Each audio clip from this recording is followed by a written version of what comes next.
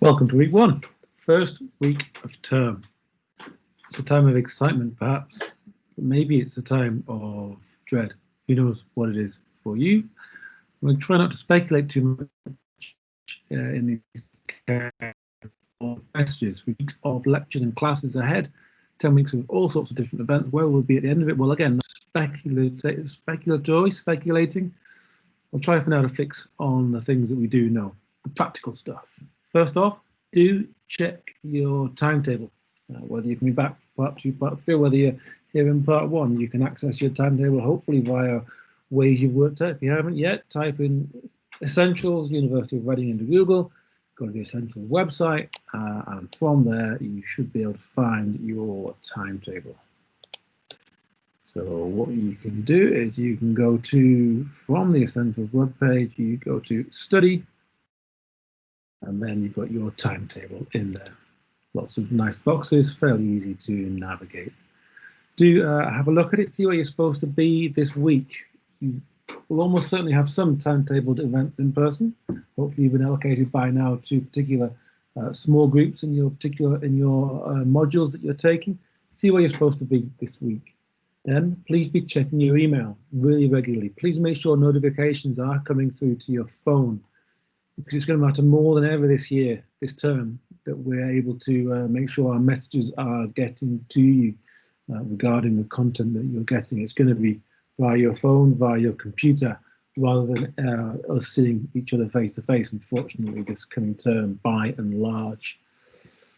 You're going to get emails from Blackboard about your online asynchronous lectures that you can go on and view. Most lecturers, I think, will have put them nested or embedded into Blackboard via Microsoft Stream. And please, most of all, keep in touch. There are going to be technical glitches, not going to deny that. We're doing our best to make everything as seamless as we possibly can, but we just can't guarantee that things aren't going to go pear-shaped at times. And when they do, when things aren't as expected, we need you to let us know, because if you don't let us know, we're probably not going to be aware of the problem. And of course, it goes without saying, if we don't know about it, we can't fix it. For example, just now I was trying to look at a video on Blackboard through Microsoft Stream, and I couldn't get it to work at first. Took a bit of fiddling around, and we got there. And you may have had problems like this as well. So that's firstly the really practical stuff. Then thinking a little bit about the bigger picture, this week is going to be a week of settling in. And that probably feels like a bit of a bonkers thing for me to say, a bit ridiculous, given that who knows what things are going to be like tomorrow, let alone next week. You just arrived in halls, potentially, or you're at home because you're near Reading, or even if you haven't been able to make it to Reading yet, you're seeing all the news about what's going on at other universities with regard to COVID-19. But again, what I think we need to do is keep our minds on what's fixed coming up. What kinds of things are fixed? Well, term is happening. This is week one this week, and term is going to happen either with bits of it in person or none of it. We'd like as much of it as possible to be in person, but with the virus spreading, cases on the rise, hospitalizations on the rise, we have to be really, really careful. The term is going to happen either way. The content is either going to be via Teams, like this, and then on stream and on YouTube, or it's going to actually be face-to-face. But it's going to happen either way. We might not see much of you face-to-face, but you can get in touch with us.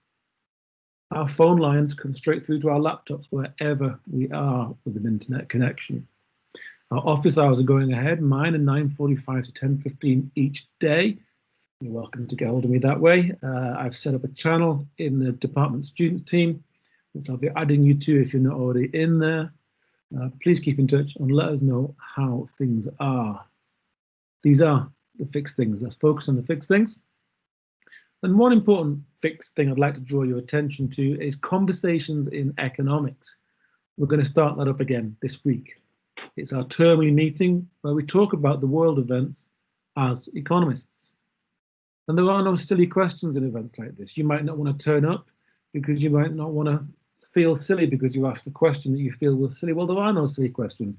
Or conversely, all the questions that we ask are silly because what we're doing as economists, and even if you study one module in economics, you're an economist, we're trying to explore what it means. And we'll all get it wrong as we're starting to do that. It's like riding a bike. And even those of us that are very good at applying things, there are a number of department members of staff like that. I learn a lot from them by talking with them all the time. We're going to meet 11 till 12 on Wednesdays this term. I think that's free from clashes with timetable content. And so that's when we'll meet to talk about world events. It's going to be a event within the student, within the Conversations channel on the team for the Department of Economics students, which, as said, you'll be part of by Wednesday if you're not already, and I'll email explicitly about this tomorrow. So join us on Wednesday for Conversations. There's really only one thing we can think about, of course, and that's COVID-19. So as we did in the summer term, we'll spend each week looking at it from a slightly different focus. And this week, again, the focus is really obvious. We have to talk about universities and COVID-19. What is going on? What is the situation? Who are the important players with the actions to take in this context? What are their objectives? What's their information? What moves do they have? And what payoffs do they have? This is a game theoretic way of thinking about the world, and it's a very common approach in economics, and it can help to really isolate what's going on in any given situation. Conversations in economics, Wednesday 11 till 12. These are the fixed things. We will be here and we will be doing economics. The rest, well, we've got to adapt as best we can to an ever-changing set of circumstances. In the southeast of England, where we are, cases and hospitalisations aren't rising as fast as in the rest of the UK. But that's nothing to be complacent about. These trends in the data, be they down, as they've been over much of the summer, or up, well, they're very consistent over long periods of time. And it's not clear as and when different policy and measures come into effect. In the southeast, it's over a month now of 3 to 4% daily rises in people being hospitalised.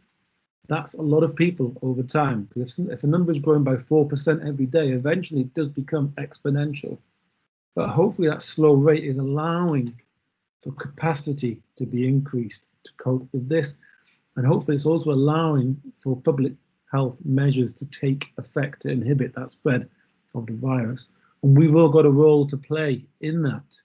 It's really important that we're all observing the public health measures so that we're all wearing masks in enclosed public spaces, especially on campus. And it's really important that we're all observing social distancing. And so as with everything, there's so much more that we could go on to say here. But let's focus on what we can do. Let's focus on the fixed things. We are here and we're here to do economics. So let's stay safe and let's enjoy the week ahead.